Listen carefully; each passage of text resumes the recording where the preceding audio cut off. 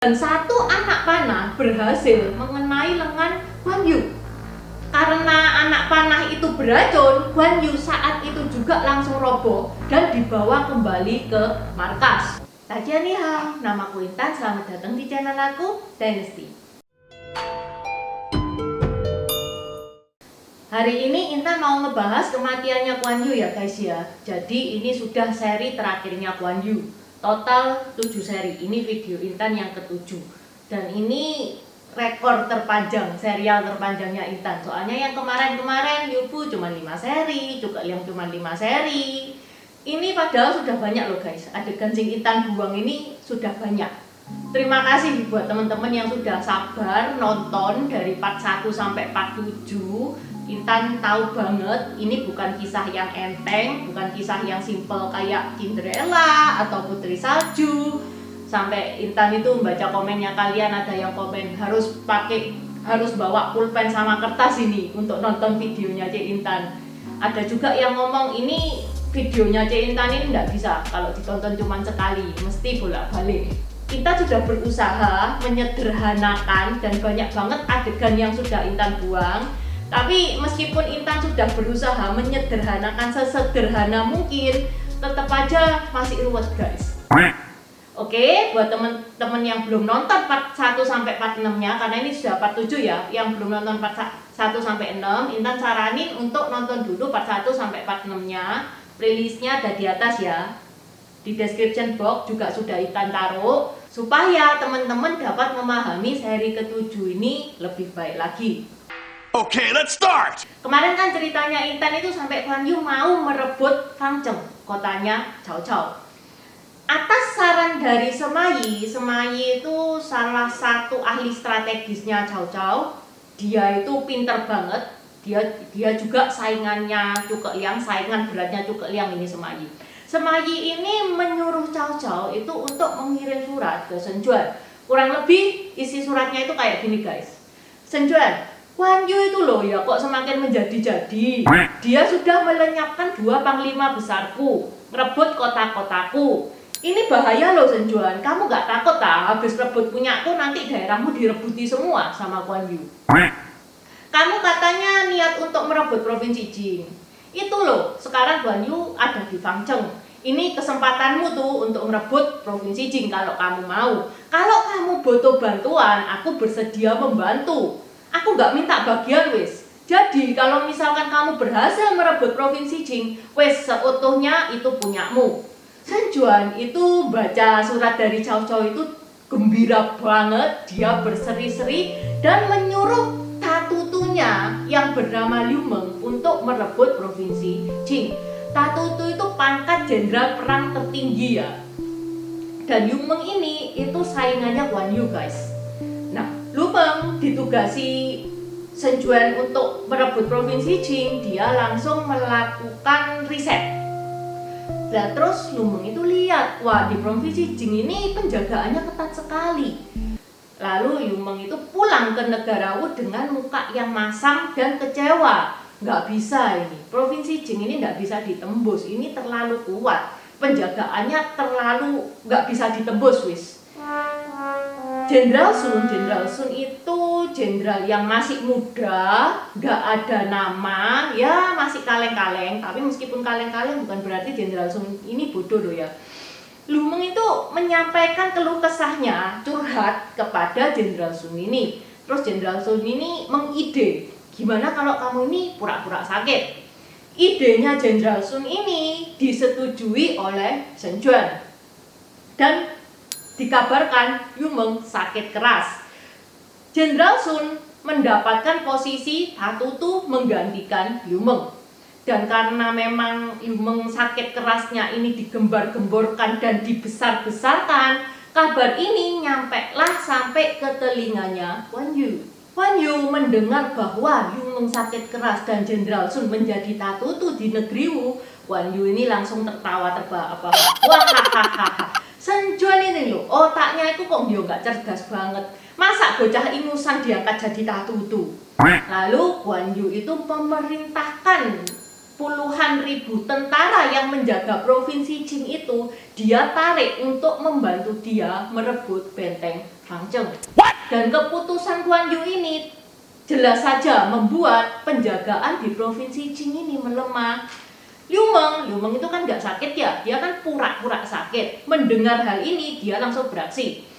Dia minta 30.000 serdadu dan 80 perahu perang. Serdadu yang dipilih Liu Meng itu serdadu yang pandai berenang, dan mereka itu disuruh nyamar jadi pedagang. Jadi provinsi Qing itu dekat sama pantai. Di pantai itu ada menara api. Menara api itu dijaga dengan ketat.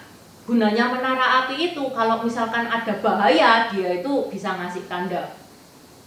Mestinya orang-orang yang lagi jaga di menara api itu lihat kok banyak pedagang-pedagang yang merapat, kok banyak pedagang yang berlabuh. Mereka itu ada curiga-curiganya. Terus mereka itu sempat memeriksa pedagang-pedagang itu. Pedagang-pedagang ini maksudnya orang-orangnya Liu Meng ya guys ya, yang disuruh nyamar jadi pedagang itu loh. Pedagang-pedagang itu bilang, kami ini semuanya itu para pedagang. Karena gangguan angin, kami datang untuk berlindung dari serangan ombak. Penjaga-penjaga itu percaya dan mereka diizinkan berlabuh. Malam harinya, jam 2 malam, tentara yang bersembunyi dalam perahu itu sebagian keluar. Dan mereka langsung menerjang tentara penjaga api dengan tiba-tiba. Setelah mereka berhasil merampas menara api, mereka ngasih tanda. Dan dari tanda itu dengan serempak, semua tentara yang bersembunyi dari 80 lebih perahu itu keluar dan menahan semua tentara yang in charge di menara api. Setelah menara api berhasil dikuasai, pedagang-pedagang itu maju terus ke provinsi Qing. Dan gerakan mereka ini nggak diketahui oleh pihak provinsi Qing ya guys ya, karena memang tidak ada pemberitahuan tanda bahaya. Liu Meng itu menyuap tentara-tentara yang ditahan untuk membukakan pintu benteng provinsi Qing. Jadi saat tengah malam itu tentara-tentara yang disuap itu di depannya provinsi Qing itu bilang, ini aku, bukain pintu, bukain pintu. Lah, yang ngawasin provinsi Qing itu, tentara yang ngawasin provinsi Qing itu lihat, alah orang ini kan yang jaga menara, ya wes dibukain pintunya. Dibukalah pintu provinsi Qing. Begitu pintu benteng dibuka, orang yang teriak-teriak itu langsung ngasih tanda. Dan tanda itu membuat tentara-tentaranya Liu Meng yang bersembunyi itu keluar semua dan menyerbu provinsi Qing. Ya, tepatnya di kota Jingzhou. Jadi, provinsi Qing sekarang sudah dikuasai oleh Liu Meng. Salah satu tentara Shenjuan itu kebetulan itu teman baiknya Fu Shiren. Di video kemarin Intan sudah cerita ya guys, Fu Shiren ini salah satu panglimanya Guan Yu. Kemarin itu Guan Yu sempat marah besar sama Fu Shiren itu. Fu Shiren ini disuruh Guan Yu untuk menjaga kota yang bernama Nanjun. Salah satu temannya Fu Shiren yang ikut Shenjuan ini, dia tuh bilang, dia nawarin bantuan. Aku tak coba bicara dulu sama Fu Shiren ini. Siapa tahu kita ini bisa memiliki kota Nanjun ini tanpa pertumpahan darah. Hal itu disetujui oleh Liu Meng dan Shenjuan.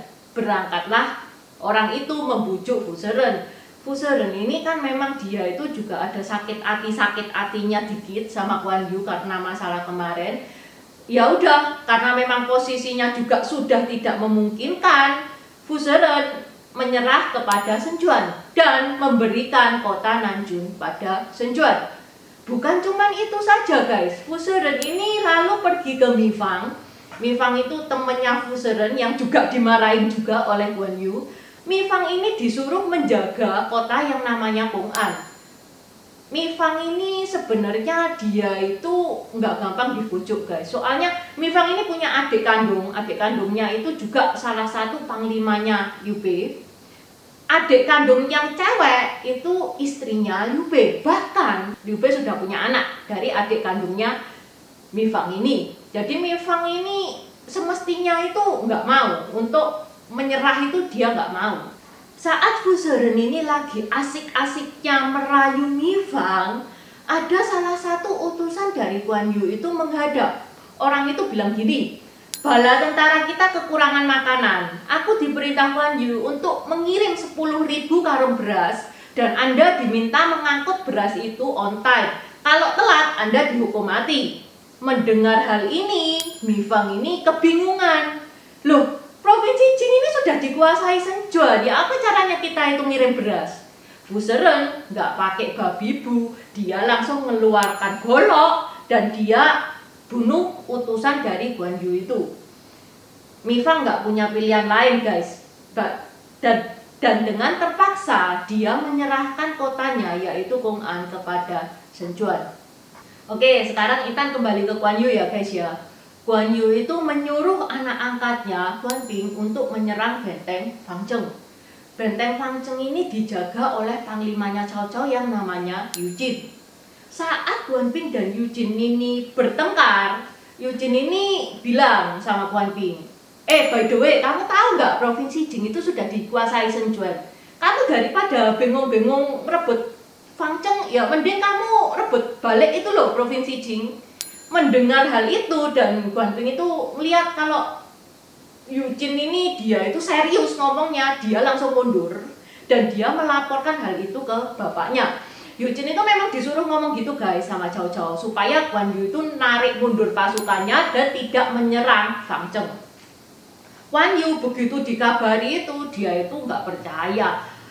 Aduh kamu ini loh kok yo bisa mau aja toh dibujui sama Yu Jin. Cao Cao itu memang orangnya tuh bujuan. Wes sekarang gini, aku aja yang menghadapi itu si Fu Jin itu biar tak kasih pelajaran supaya gak ngomong sembarangan. Guan Ping bilang loh, yo ayah jangan perang toh, lukanya itu belum sembuh total. Kemarin itu tabib kan bilang kan harus disuruh. Kemarin kan tabibnya bilang kan ayah disuruh istirahat 100 hari. Guan Yu nggak peduli, dia berangkat perang, dia ngelawan Fu Jin. Guan Yu sudah mengeluarkan 80 jurus. Fu Jin ini masih bisa diatasi, bisa nangkis serangan-serangannya Guan Yu. Sampai ada mata-mata Guan Yu yang melaporkan bahwa benar Provinsi Jing itu sudah dikuasai oleh Shen Juan. Guan Yu panik guys, dia mundur dan lari ke kota Nanjun. Kota Nanjun kan kota yang dijaga Fu Sheren. Dia juga kaget, ternyata Nanjun pun sudah dikuasai oleh Shen Juan, dikasihkan secara cuma-cuma oleh Fu Sheren. Belum lagi, saat itu juga Guan Yu juga mendengar kabar bahwa Mi Fang membunuh utusan yang nyuruh minta bekal dan Mi Fang sudah menyerahkan kota Gong'an ke Shen Juan.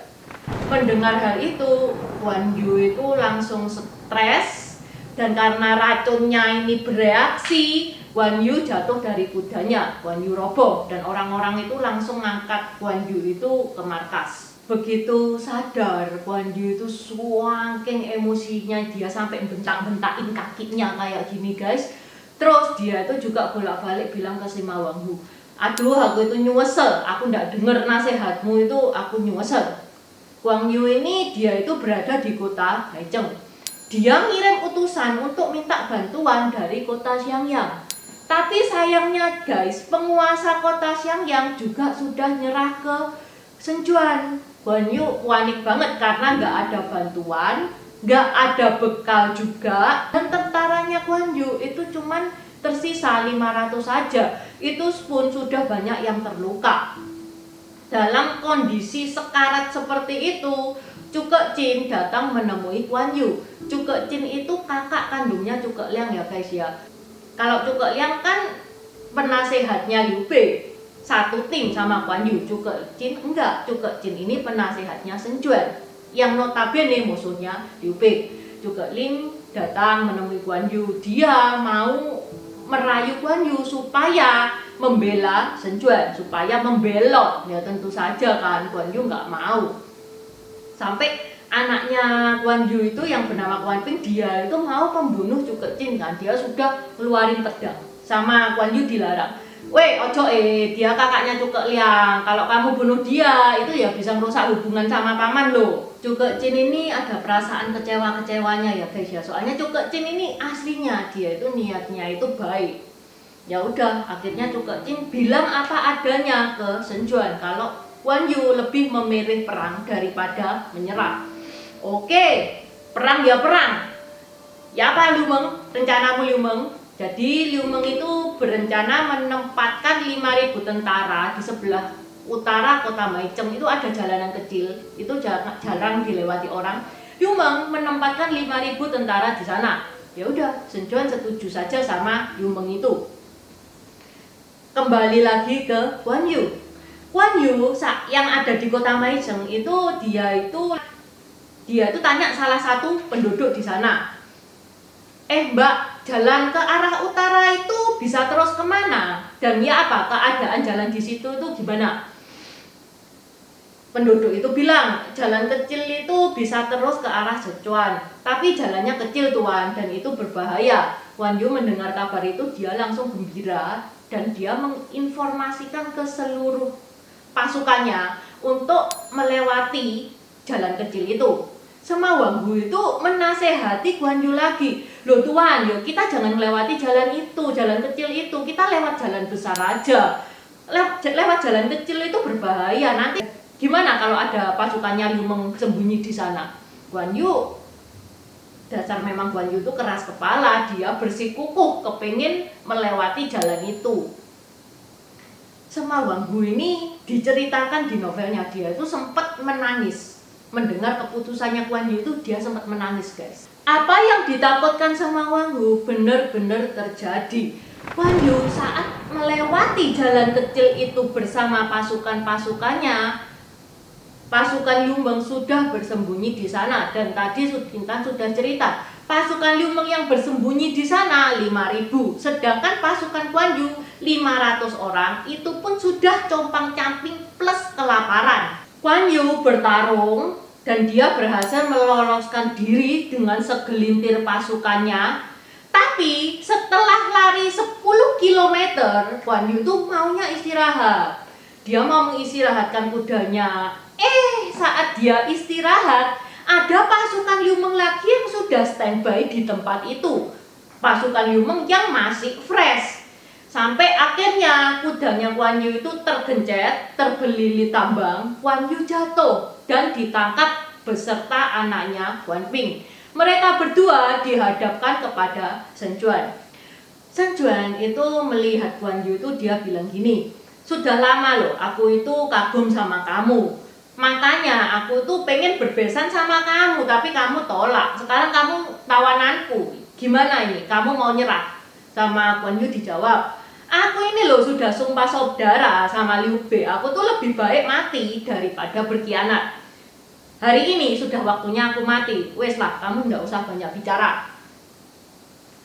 Sun Quan ini sempat diem. Dia lalu ngomong sama penasehatnya. Dia tuh ngomong gini, Guan Yu ini orangnya punya talenta loh, punya bakat. Aku eman lah dia mati. Gimana kalau kita pelihara aja dia? Penasehatnya Sun Quan bilang gini, loh tuan, nggak inget ta sama kejadiannya Cao Cao, nggak belajar dari sana ta? Cao Cao itu kurang baik apa sama Guan Yu? Lah terus balasannya Guan Yu apa? Guan Yu banyak loh membunuhi panglima-panglimanya Cao Cao, kota-kotanya Cao Cao juga dirampasi. Terus Sun Quan mikir, oh ya benar juga. Akhirnya dengan terpaksa Sun Quan menjatuhi hukuman mati kepada Guan Yu dan anak-anaknya. Dan akhirnya Guan Yu meninggal di usianya yang ke-60. Sun Quan ngasih kancil merah miliknya Guan Yu itu, kuda terbaik di dunia, ke salah satu panglimanya yang berjasa besar dalam penangkapannya Guan Yu. Kancil merah yang setia sama Guan Yu itu dia itu nggak mau makan. Terus dia itu akhirnya mati kelaparan. Sun Quan menghadiahkan kepala Guan Yu itu ke Cao Cao. Cao Cao itu happy banget, dia gembira banget. Tapi Cao Cao gimana dia memperlakukan Guan Yu dengan layak. Jadi dia itu memakamkan Guan Yu itu dengan layak juga.